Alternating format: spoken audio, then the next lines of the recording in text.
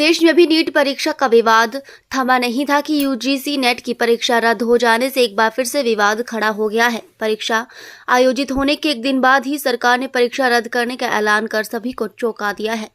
NTA द्वारा कराई जाने वाली नीट की मेडिकल एंट्रेंस परीक्षा भी सवालों के घेरे में है और फिलहाल सुप्रीम कोर्ट इसकी समीक्षा कर रहा है।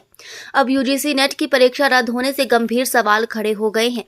यूजीसी नेट परीक्षा रद्द होने के विरोध में शुक्रवार को एसएफआई कार्यकर्ताओं ने केंद्र सरकार के खिलाफ हल्ला बोला। धरने के दौरान कार्यकर्ताओं ने केंद्रीय शिक्षा मंत्री का पुतला फूंका और इस्तीफे की मांग उठाई। वहीं एसएफआई ने कहा कि एनटीए संस्था को भंग किया जाए।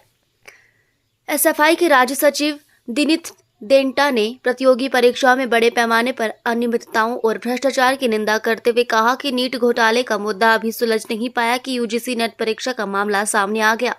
उन्होंने कहा कि दोनों परीक्षाएं नेशनल टेस्टिंग एजेंसी ने आयोजित की हैं।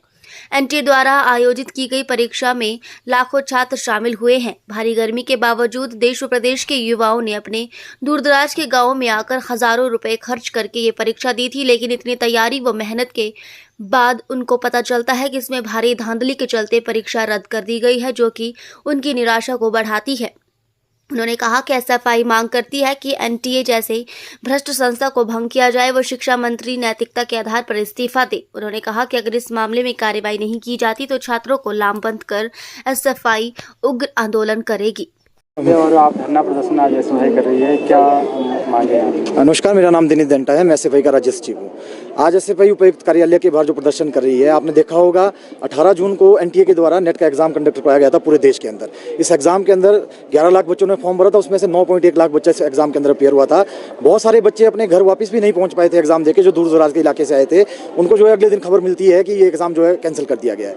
नेट के द्वारा ये कैंसिल किया गया एग्जाम नहीं, पहली धांधली नहीं है। हमारा आरोप है कि ये जो नेट एनटीए संस्था बनाई गई है, ये एनटीए संस्था जब से बनी है, मोदी सरकार ने जब से इसको बनाया है, इसके माध्यम से जितने भी सेंट्रलाइज एग्जाम हो रहे हैं, एक तो शिक्षा को केंद्रीयकरण करने का काम इसके थ्रू किया गया और दूसरा जो है आपका भ्रष्टाचार इसके थ्रू अति भ्रष्टाचार हो रहा है। इससे पहले नीट का मामला हमने देखा, नीट का मामला भी सुलझा नहीं था। नीट का मामला भी कोर्ट में पेंडिंग का है। अलग अलग जगह से अलग अलग दावे नीट के एग्जाम को लेकर किए जा रहे हैं। इस नीट के एनटीए संस्था ने लाखों छात्रों का भविष्य जो दाव पे लगा रखा है।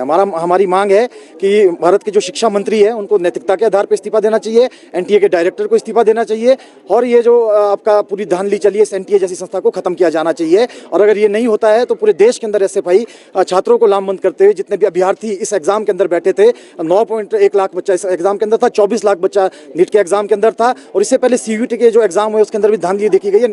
एनटीए का एक भी कोई एग्जाम ऐसा नहीं है जिसको हम बोल सकते हैं कि साफ सुथरे तौर पर एग्जाम हुआ हो। तो अगर ये एनटीए को स्क्रैप नहीं किया जाता, एनटीए को कैंसिल नहीं किया जाता है और शिक्षा मंत्री इस्तीफा नहीं देते, तो ये आंदोलन आने वाले दिनों में ऐसे ही बढ़ता रहेगा और इस आंदोलन पूरे देश के अंदर हो रहा है, पूरे प्रदेश के अंदर भी हम इस आंदोलन को बढ़ाने का काम करेंगे। धन्यवाद।